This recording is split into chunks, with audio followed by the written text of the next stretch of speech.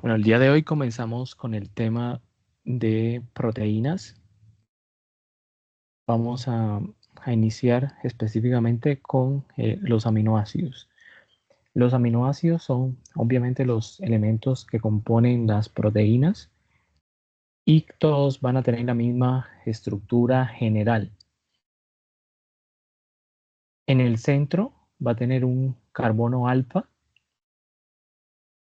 y va a tener a su vez un grupo amino con carga positiva y un grupo carboxilo con carga negativa. Además de esto, que es lo común entre todos los aminoácidos, hay un residuo, una cadena lateral R, que es variable. Y esto básicamente es lo que va a distinguir un aminoácido de otro. Y es lo que le va a dar sus características específicas distinguibles entre ellos. En la clasificación de los aminoácidos, de acuerdo a digamos, el grupo funcional de su cadena lateral R, primero vamos a ver un grupo que son en los que tienen cadenas hidrocarbonadas. Estos van a ser clasificados como apolares o hidrófobos. En este caso, vamos a tener acá a la glicina, alanina, la valina, leucina y a la isoleucina, que son esos que se muestran acá. Y entonces, como son apolares, van a tener también características hidrofóbicas. Un segundo grupo serían los aminoácidos con grupos hidroxilos. Aquí estaría la serina, trionina y la tirosina, que la tirosina también puede clasificarse dentro del grupo de los aromáticos. Pero básicamente, como tiene sobre todo grupos hidroxilo, puede caer acá en esta clasificación. Sobre todo, la función que ellos tienen es de participar en reacciones de fosforilación. Por ejemplo, un caso que ya hemos visto es el receptor de la insulina que tiene actividad tirosinquinasa y por ello es que se autofosforila. Un tercer grupo serían los aminoácidos que tienen grupo sulfidrilo. Aquí estaría la cisteína y la metionina.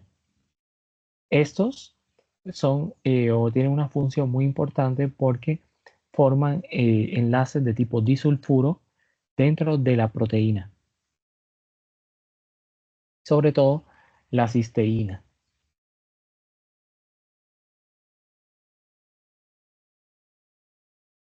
Otro grupo son los que tienen características o anillos aromáticos. En este caso está la fenilalanina, la tirosina, el triptófano y la histidina.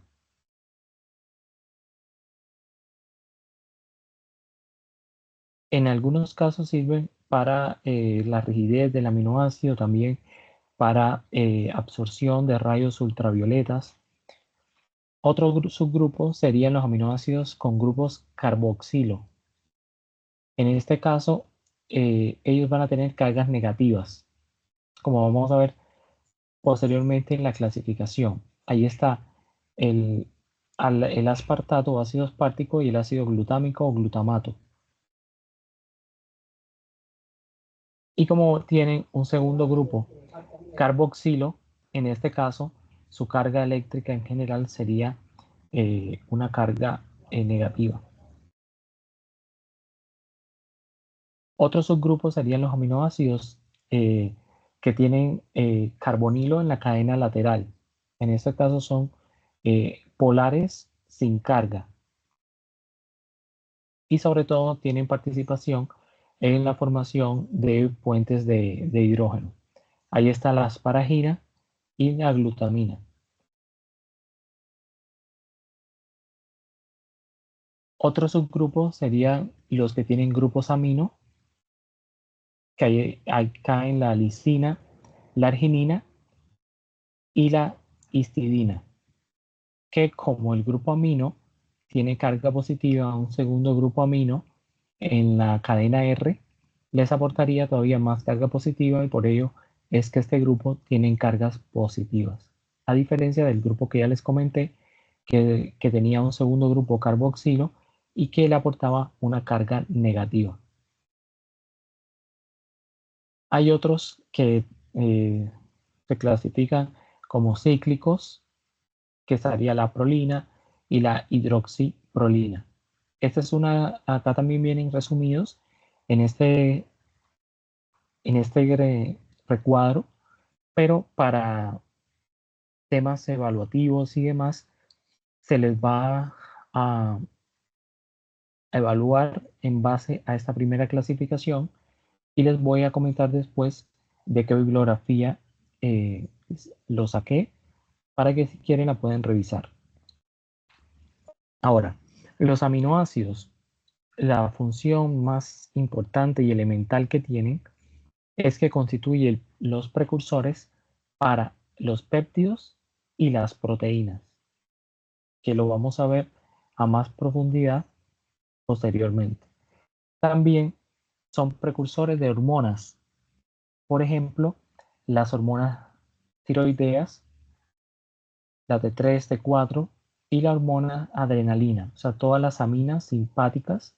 Ahí estaría la adrenalina, la noradrenalina, que es lo mismo que epinefrina, norepinefrina, y también otra que incluso es una precursora de estas dos, que es la dopamina.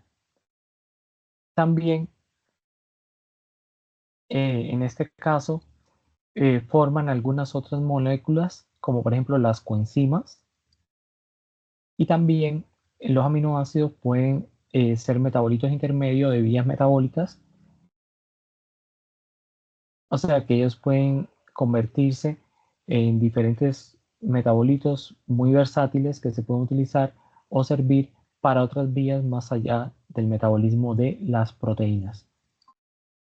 Y otro elemento es que estas mismas hormonas se consideran hormonas cuando pasan al torrente sanguíneo y actúan a distancia. Y por ello es que se describe en este caso una función endocrina. Sin embargo, cuando la sustancia actúa a nivel local, sobre todo a nivel de la sinapsis neurona a neurona o una sinapsis neurona músculo o neurona glándula, en este caso no se consideran hormonas propiamente, sino que se consideran neurotransmisores. Sobre todo aquí estamos hablando de la dopamina, de la epinefrina y la norepinefrina. Y esa es una diferencia básica, que cuando actúan a nivel local son neurotransmisores, sobre todo en el sistema nervioso, en la sinapsis, y cuando actúan a distancia a través del torrente sanguíneo, se consideran hormonas y tienen entonces una función endocrina. Teniendo en cuenta todo lo que hemos comentado anteriormente, los aminoácidos pueden clasificarse cuando eh, aparecen en disoluciones y demás como ácidos, que son aquellos que van a tener un único grupo amino y dos grupos carboxilos. Aquí está el ácido aspartico y el ácido glutámico. Otros que van a ser básicos porque tienen un grupo carboxilo y dos grupos con características básicas. Está la lisina, la arginina y la histidina. Y otros que se consideran neutro, que van a tener solamente grupo amino y un solo grupo carboxilo. Y sería el resto de los aminoácidos. Estas características, obviamente, como se explicó, radican en sus diferencias que están dadas por la cadena lateral R. En este caso, a su vez, los que se conocen o se consideran como polares iónicos serían los ácidos y los básicos. Hay otros que pueden considerarse poco iónicos, que serían los que tienen sulfidrilos, hidroxilos, los de tipo amida, y los que tienen el anillo indol, aquí estaría el triptófano. Y otros que son los apolares, que en este caso serían más hidrofóbicos. Dadas estas características que tienen los aminoácidos, es que ellos pueden en un medio disociarse o no. En este caso hay que tener en cuenta que de los diferentes grupos que va a tener el aminoácido, le van a otorgar propiedades, en este caso una constante de disociación. Esta constante de disociación, o pK, va a permitir que cuando es una característica que tiene cada aminoácido, teniendo en cuenta los grupos que lo conforman. Entonces, dependiendo del pH del medio, estos aminoácidos van a predominar en una forma disociada o desprotonada, o en una forma no disociada o protonada, como sería un ejemplo clásico. Por ejemplo, cuando el medio tiene un pH muy alto, o sea, es un pH básico, es más básico que el punto isoeléctrico constante de disociación del grupo. En este caso, el aminoácido es capaz de donar al medio hidrogeniones para regular ese pH del medio, o sea que va a predominar su forma disociada. Se va a disociar, como viene acá el ejemplo, se disocia el hidrogenión y se aportan hidrogeniones al medio. Contrariamente, cuando el pH es ácido, al menos más ácido que el pK del aminoácido, el aminoácido lo que hace es predominar en su forma no disociada, o sea que él se une a los hidrogeniones o protones del medio, y por ello es que los aminoácidos y las proteínas forman uno de los sistemas más importantes, que es el sistema buffer en el organismo. Y es una de las clases que ya ustedes han revisado sobre equilibrio ácido-base y la función que tienen las proteínas en su regulación. Se explica acá con el pH del medio y el pK del grupo. Ahora, para que una proteína o un aminoácido sea muy eficiente, esa eficiencia se tiene que relacionar con un pH específico del medio. Ya sabemos que el pH en el que funciona el organismo, la mayoría de los sistemas, es un pH entre 7,35 y 7,45.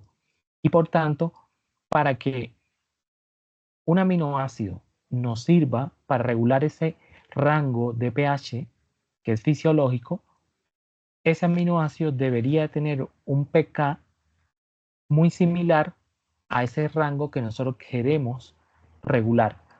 Y acá llama mucho la atención que a un rango, vamos a decir que cercano a 7, hay un aminoácido que es bastante útil, que sería la histidina. Y entonces es por ello que las proteínas que tienen una alta riqueza en este aminoácido, o sea, que tienen bastante aminoácido histidina, son las que mejor funcionan a nivel biológico para la regulación del pH.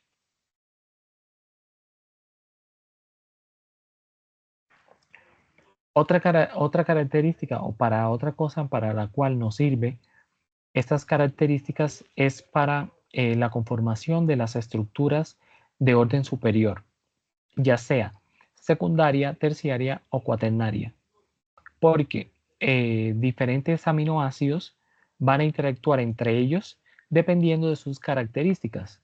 Por ejemplo, los aminoácidos iónicos, ya sean negativos y positivos, van a interactuar formando puentes iónicos o uniones salinas, porque unos tienen carga positiva y otros tienen carga negativa.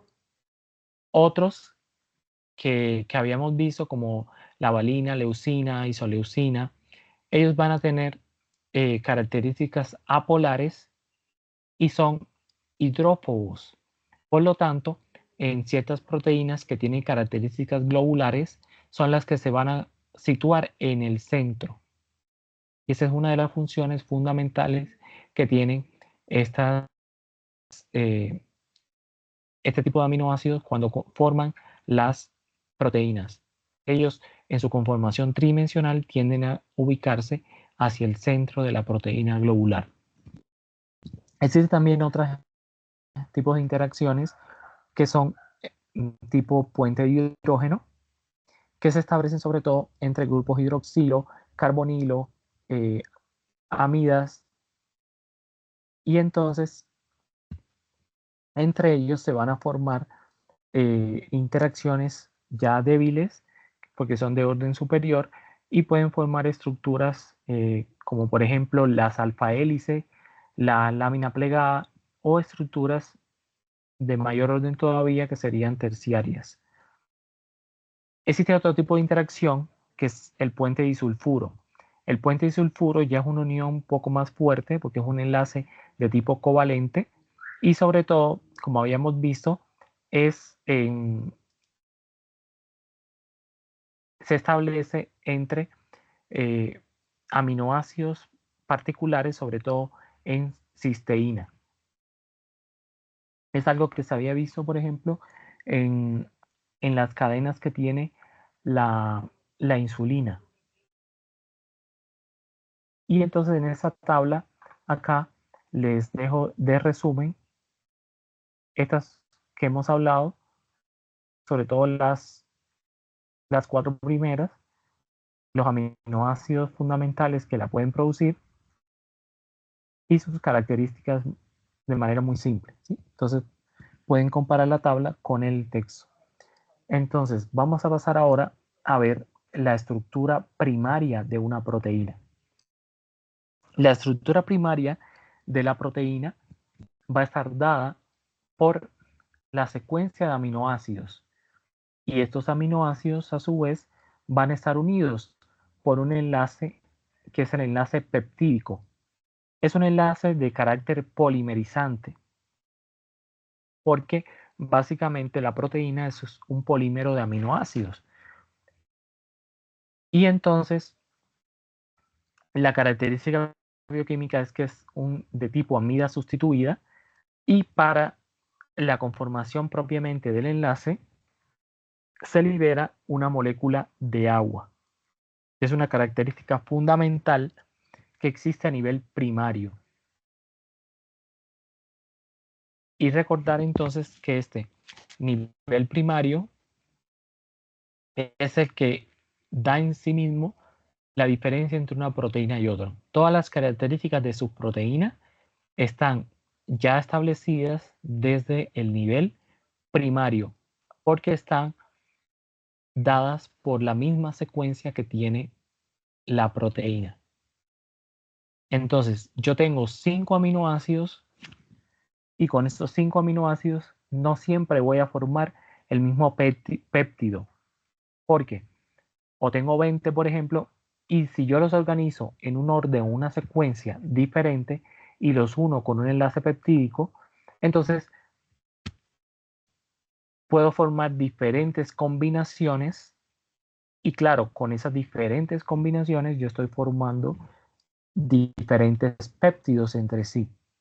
Por eso siempre les digo, la estructura primaria está dada por la secuencia de aminoácidos de una proteína. Y lo mismo para los péptidos. Básicamente la diferencia de la proteína es el peso molecular, que casi siempre se toma de referencia los 5000 Dalton. Menor se considera un péptido, mayor una proteína. Y en este caso, cuando tiene dos residuos, se considera un dipéptido, tripéptido 3, apéptido 4 y polipéptido ya cuando tiene más de 7 residuos. Y así es que se va a conformar la proteína en su estructura primaria. ¿Qué funciones van a tener estas proteínas? En algunas bibliografías la van a separar como que tienen función estructural y función biológica. Sin embargo, esta clasificación es un poquito más amplia, más exhaustiva y se relaciona con uno de los videos que yo les he dejado en la bibliografía, que lo pueden ver acá, que el video casi completo es de las funciones de las proteínas. Esta diapositiva resume la mayoría de las cosas que se hablan en ese video y en este caso las funciones básicas son las enzimáticas, que las enzimáticas son proteínas propiamente que aceleran o realizan reacciones químicas, que puede ser, por ejemplo, la ADN polimerasa o enzimas digestivas como la pepsina o la alfamilasa salival o la lipasa en la digestión de las grasas. Pueden ser proteínas estructurales, que en este caso son proteínas como por ejemplo el colágeno, la elastina, la queratina, que casi siempre están ubicadas en la piel y sus anexos, aunque obviamente están también en otras estructuras porque son propias, sobre todo el colágeno, del tejido conectivo que está disperso por todos los órganos y sistema de órganos del organismo.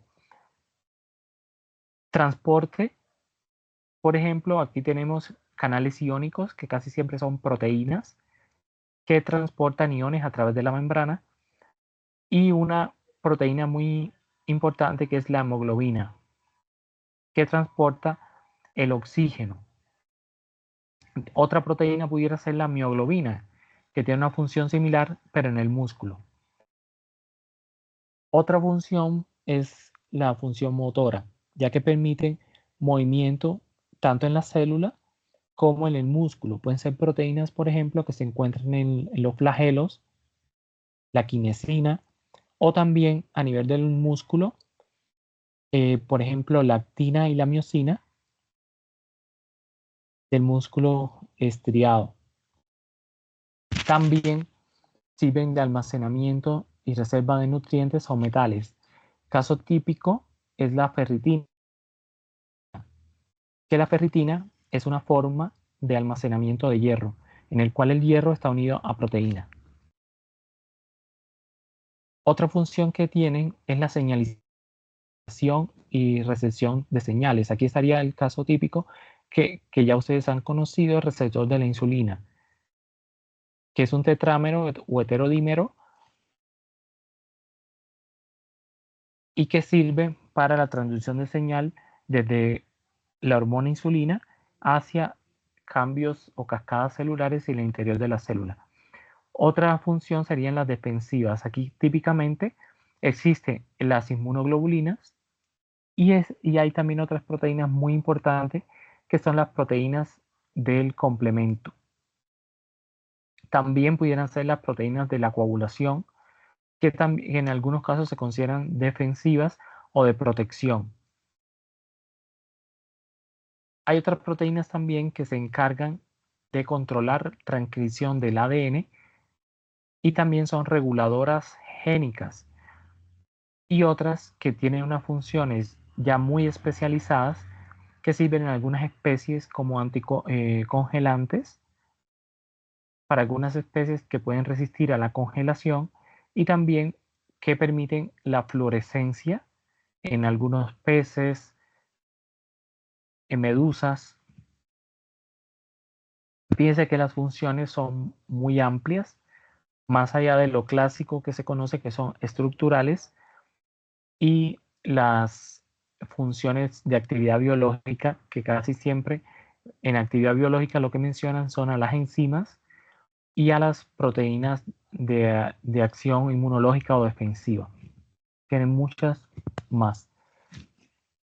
Importancia biomédica entonces de estas proteínas en el mismo orden de idea de sus funciones que sirven como hormonas, por ejemplo, las que son hormonas polipeptídicas. Ya se conoce, por ejemplo, insulina, glucagón.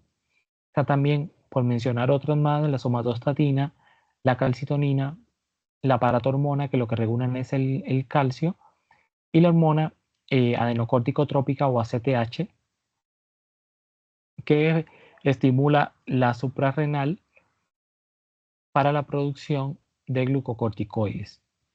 Otra molécula de importancia biomédica que es de origen peptídico es el glutatión, que protege a las células del estrés oxidativo. Lo habíamos visto ya en el ciclo de las pentosas. Hay también oligopéptidos que son neurotransmisores, por ejemplo, a nivel gastrointestinal la sustancia P.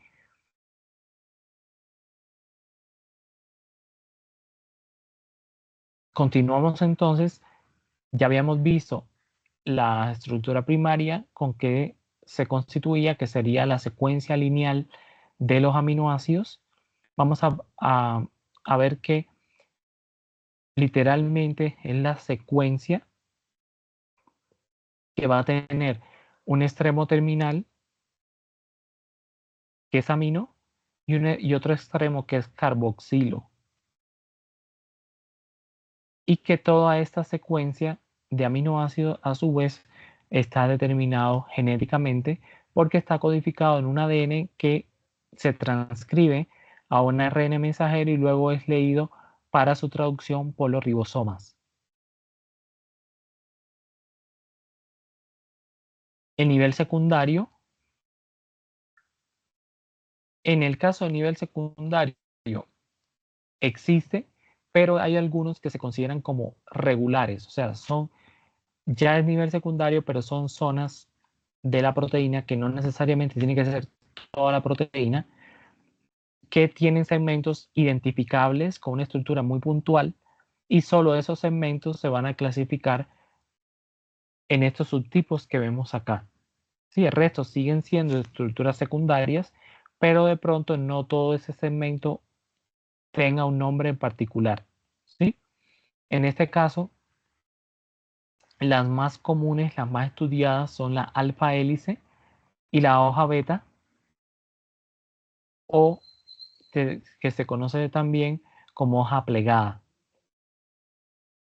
La alfa hélice casi siempre van a tener giros regulares, hay puentes de hidrógeno intracatenarios y tienen unas características estructurales de presentar 3,6 residuos de aminoácidos por cada vuelta, con un enrollamiento que va hacia la derecha, y entre las espiras va a tener aproximadamente 0,5 nanómetros.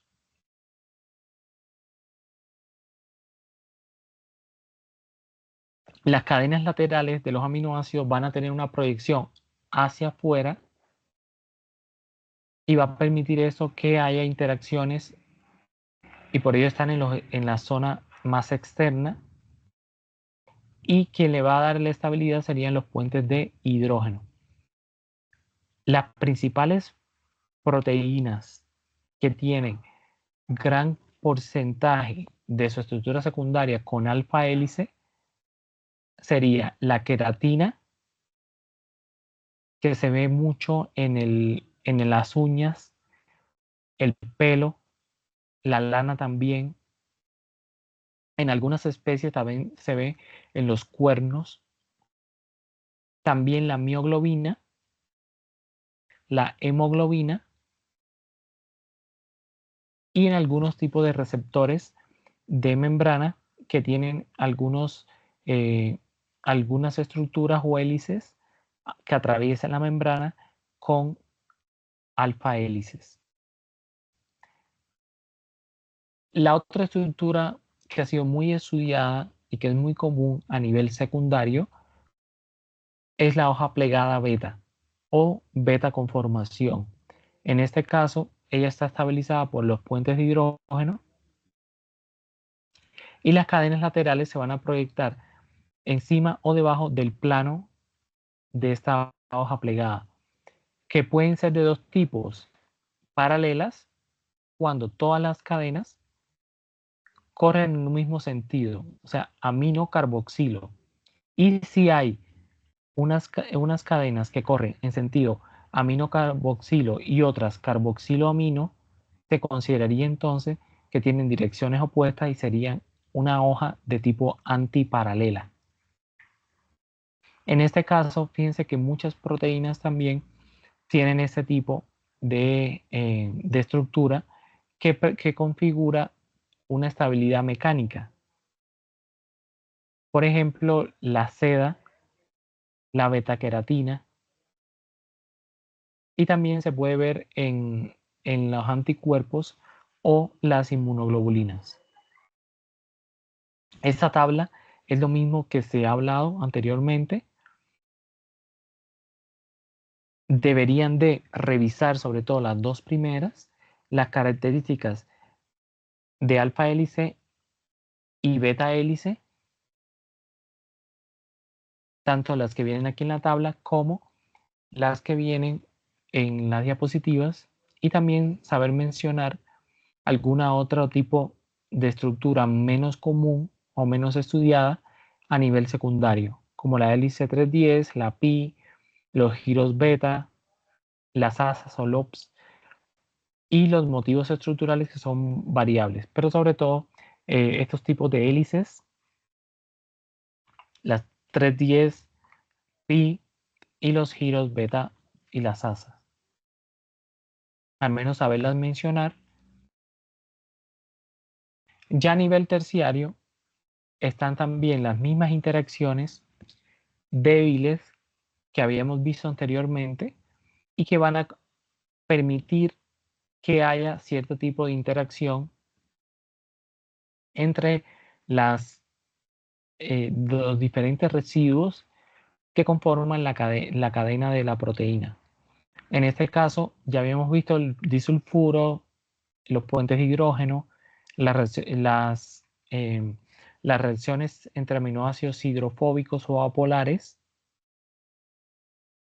los puentes de disulfuro con cisteína. Y ya aquí la proteína empieza a coger también un poco más de pliegues tridimensionales.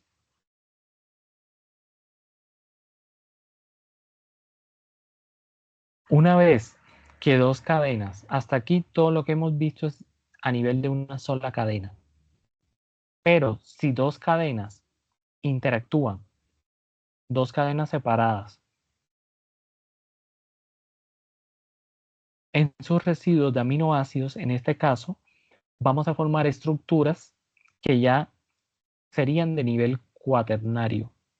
Y el caso más típico sería la hemoglobina, que la hemoglobina adulto normal tendría 2 alfa y 2 beta, o sea, es un tetrámero. Casi siempre el nivel cuaternario se estabiliza a nivel de números pares. Otro ejemplo serían las histonas, que habíamos visto también que tienen números pares. Este es un resumen de las estructuras que se establecen, el beta sheet, la alfa hélice, y el ejemplo que les quería que vieran o que reflexionaran que una proteína no es que tenga completamente un tipo de estructura secundaria a lo largo de toda la cadena, sino que dependiendo de la secuencia, unas veces más, unas veces menos, va a tener por segmentos un tipo de estructura como hoja plegada y a veces otros que va a tener hélices. Eso puede ser por segmentos dentro de la misma proteína, dependiendo de los aminoácidos. Ahora, una vez ya que vimos la estructura de la proteína en sus 4 niveles, vamos a pasar a estudiar a un proceso que se conoce como desnaturalización, el cual eh, es un cambio en el cual se produce las estructuras de niveles secundario, terciario y cuaternario. Teóricamente, lo que debería de conservarse es la estructura primaria. Esa estructura primaria se conserva, sin embargo, cuando ya el agente es muy intenso, incluso en casos ya muy extremos, se puede volver ese cambio irreversible o afectarse la estructura primaria. Pero generalmente la estructura primaria se conserva y el cambio, cuando es más sutil, la proteína puede recuperar y reconfigurarse a nivel secundario, terciario y cuaternario porque conservó su estructura primaria. Y esos residuos de aminoácidos eran los que volvían a darle toda la estructura secundaria, terciaria y cuaternaria o de orden superior. Ya casos muy, muy extremos pueden ser irreversibles y entonces ya la proteína no vuelve a su forma inicial. Los agentes principales que se utilizan para desnaturalizar son, por ejemplo, la temperatura, el calor. El caso típico con el calor es, por ejemplo, la fiebre.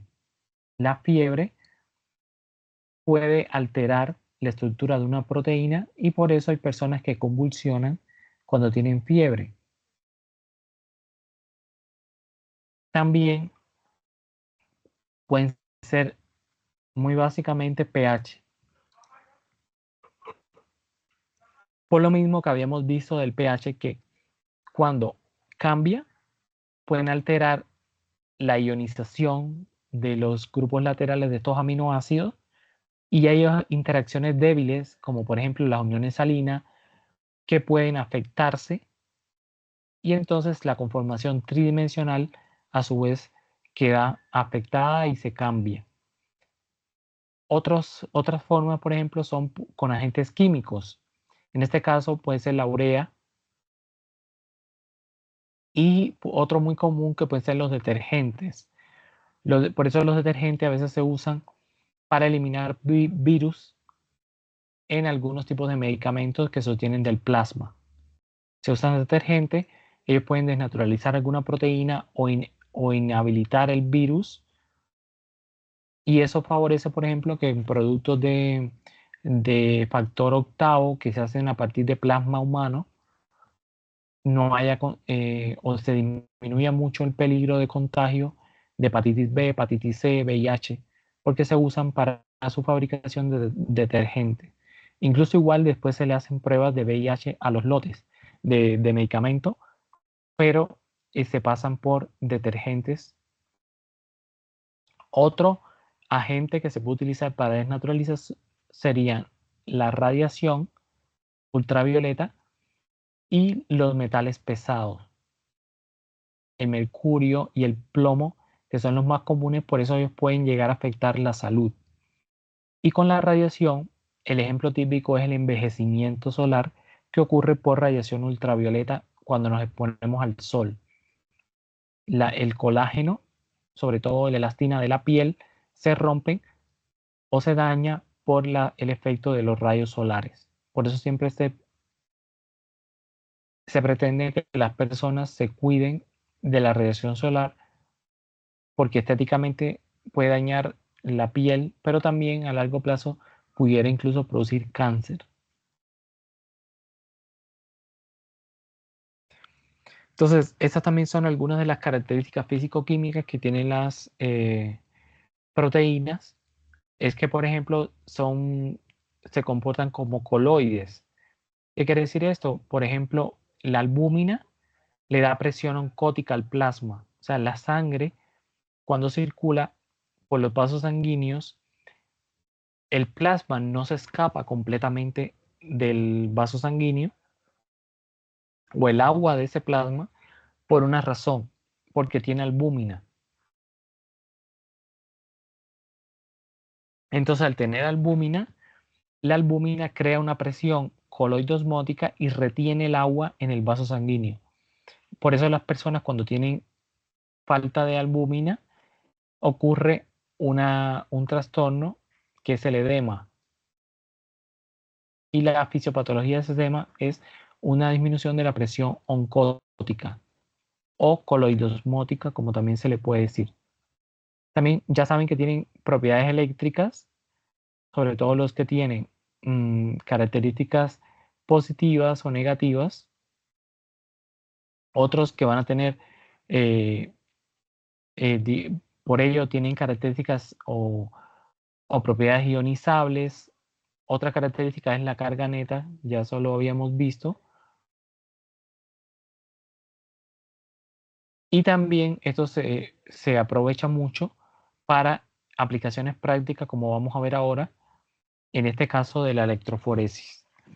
Porque la electroforesis, la proteína se somete a una carga eléctrica en un gel que puede ser ácido básico.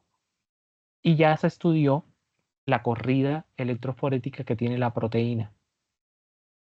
En este caso, las proteínas que tienen más carga positiva son las que se van a desplazar más fácilmente al polo negativo o cátodo, y viceversa. Quienes tienen más carga negativa se desplazan más fácilmente hacia el ánodo, que sería el polo positivo. Y este es el caso típico. Las proteínas se someten a este campo y producen una migración en este gel. En este gel ya se estudió previamente en qué zona va a migrar cada proteína. Entonces, dependiendo de la muestra, nosotros sabemos si esa proteína está o no en adecuada proporción en esa muestra por el patrón de migración que deja. Es decir, tiene muchos usos clínicos. Por ejemplo, para diagnósticos de hemoglobinopatías. Yo les voy a mostrar ahora un ejemplo. Y también en la clínica farmacéutica se utiliza para ver o comprobar que cierta proteína esté en un producto que se está fabricando, que sea la proteína correcta. Este es el ejemplo de una electroforesis, y acá lo podemos ver más claramente en el caso de una hemoglobinopatía S. Incluso se ve algún caso de hemoglobinopatía C. Este es un paciente que tiene una migración normal a hemoglobina AA. Fíjense que esta es la zona donde iba a migrar la hemoglobina A, y se ve que en esta muestra hay una banda bien oscura, y por tanto solamente hay una banda. Se supone que el paciente es AA, este es un paciente normal. Acá, sin embargo, se ve que hay una banda muy fuerte en la zona donde migra la hemoglobina S, y por tanto este paciente es un paciente ciclémico, un SS. Y además, como es típico en este tipo de paciente, se va a observar que tienen una zona acá con un aumento de la hemoglobina fetal, que sabemos que es algo común en los pacientes que son SS. Acá hay una zona en la tercera muestra donde el paciente migró una banda en posición hemoglobina A y otra hemoglobina S, y clasifica el paciente como AS. Y en este caso vemos que ahí hay también dos bandas, y una corresponde a la zona de migración de la hemoglobina S y otra a la hemoglobina C, y por tanto este paciente debería ser un paciente AS, perdón, un paciente SC, un paciente SC que también se considera uno de los posibles tipos de anemia drepanocítica o anemia falciforme, donde puede falsiformar la hemoglobina. Y eso, piense que en todos ellos también se deja una banda muy sutil, pero se deja ver de hemoglobina fetal, porque en estos casos, estos tipos de pacientes también producen más de lo normal un poco de hemoglobina fetal. Este cambio está dado por un cambio glutámico por valina. Y esto, fíjense que es un caso típico para la medicina, en lo cual una sola sustitución de un aminoácido cambia la estructura tridimensional de la hemoglobina. En este caso, se corresponde con esto que habíamos visto previamente. Se los pongo acá: un ácido glutámico que tenía una característica ácidos se cambió por un aminoácido que es la valina, que es apolar, y por tanto, ya esa zona de la proteína debería trasladarse un poco más al centro en la conformación tridimensional, y eso básicamente hace que cuando no haya oxígeno o poca cantidad de oxígeno, esa hemoglobina precipite solamente por un aminoácido. A veces, cuando hay un defecto de la hemoglobina, se puede sustituir un aminoácido de igual tipo por otro, y a veces el defecto pasa bastante inadvertido, ¿sí? Porque no afecta mucho la conformación tridimensional de la proteína en su función. Pero cuando ya es un aminoácido que de un tipo por otro, que en este caso de un iónico por una polar, ya la interacción con el resto de los residuos es muy diferente, y ahí sí se afecta la función de la molécula de hemoglobina, como es el caso que estamos viendo de la anemia drepanocítica.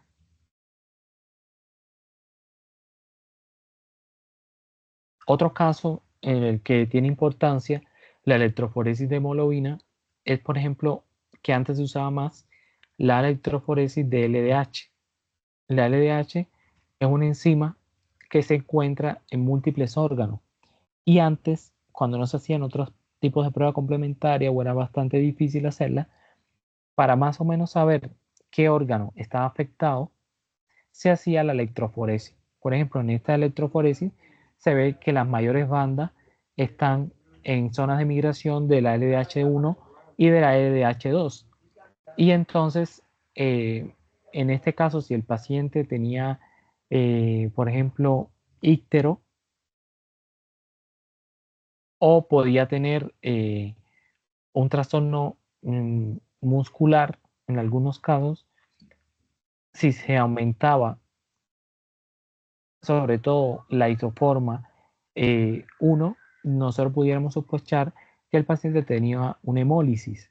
Ya hay otras pruebas para ver esto, pero la LDH sirve mucho de ejemplo de cómo un solo laboratorio puede dar positivo para muchas enfermedades, y a veces no es que se use de diagnóstico, sino para seguimiento de los pacientes. Por ejemplo, un paciente que tenga hemólisis crónica se puede seguir con LDH. Si la LDH está alta, se supone que está hemolizando un poco más de lo habitual, porque hay pacientes que tienen, por ejemplo, anemias hemolíticas autoinmunes, y esto se puede ver. Otra patología que se puede ver mucho esto, por ejemplo, hay pacientes que tienen algún tipo de cáncer del sistema inmune, en este caso una neoplasia linfoide, como puede ser un linfoma. El paciente recibió sus ciclos de quimioterapia, y entonces en consulta lo vamos a seguir con LDH. También se puede seguir por ecografía y demás, pero si en consulta, una vez que recibió las quimioterapias, vemos que la LDH está aumentada, lo primero que tenemos que sospechar es que el paciente tiene una recaída del linfoma, o sea, una recaída del cáncer, porque una de las localizaciones donde puede estar esta enzima es en el sistema linfático. ¿Sí? Entonces, se puede aumentar en infecciones, por ejemplo, infecciones virales como la mononucleosis, o puede ser el caso de un linfoma, como habíamos visto. Fíjense que siempre, por eso la LDH actualmente no se hace mucho en la electroforesis, pero siempre hay que conjugarlo con el cuadro clínico o el contexto del paciente para sacarle la máxima utilidad al laboratorio. Acá les dejo entonces la bibliografía, que sería el Harper, Bioquímica Ilustrada, los capítulos del 3 al 5, Bioquímica Humana, primera edición. También tiene dos capítulos importantes, el 3 y el 5, que son de los precursores de la macromolécula, y no estudiarlo completo, sino solamente de aminoácidos, porque habla en general de todos los precursores, que pueden ser también de carbohidratos, y ahora no es objetivo de estudio. y el capítulo 5, que sí es completo de proteínas. También acá les he dejado unos vídeos que son de la Universidad Politécnica de Valencia. Les dejé el enlace y es como un resumen también de lo que hemos visto en esta clase, sobre todo aminoácidos, polipéptidos y estructura y función de proteínas. Y algo que les puede resultar muy útil para el estudio, que serían ejercicios que vienen en ese libro, en el capítulo 3, del 1 al 5, que son solamente los que corresponden a aminoácidos, y, el ejercicio, y los ejercicios del 1 al 12, en el capítulo de proteínas, que ahí sí es completo para proteínas. También es importante que ustedes revisen algunos modelos de enfermedades que se relacionan con trastornos de aminoácidos o proteínas. Uno de ellos, por ejemplo, es la fenilcetonuria. Deben de estudiarse el cuadro clínico, las características, también algunas alteraciones de proteínas mal plegadas o que sean insolubles, como el Alzheimer y enfermedades priónicas, que básicamente los priones, como proteínas en sí, la misma enfermedad es una proteína mal plegada que puede plegar mal a las proteínas que están en su contexto, ¿sí? Como que se contagia y entonces se considera una enfermedad contagiosa, pero propiamente el agente en sí es una proteína. Y, por ejemplo, hay algunas enfermedades donde se consume carne y entonces esa carne que tiene una proteína mal plegada puede enfermar otras proteínas que se pongan en contacto con ella y a la persona le da enfermedad. Hay otras enfermedades neurológicas, por ejemplo, en África, en zonas donde había canibalismo, las personas que tenían ciertas enfermedades priónicas contagiaron a otras personas que se comieron a esos seres humanos y se enfermaron. Y habían poblaciones completas que sufrían de estas enfermedades priónicas. Y estas otras dos que ya más o menos la conocen, que es la hemoglobina S y la talasemia.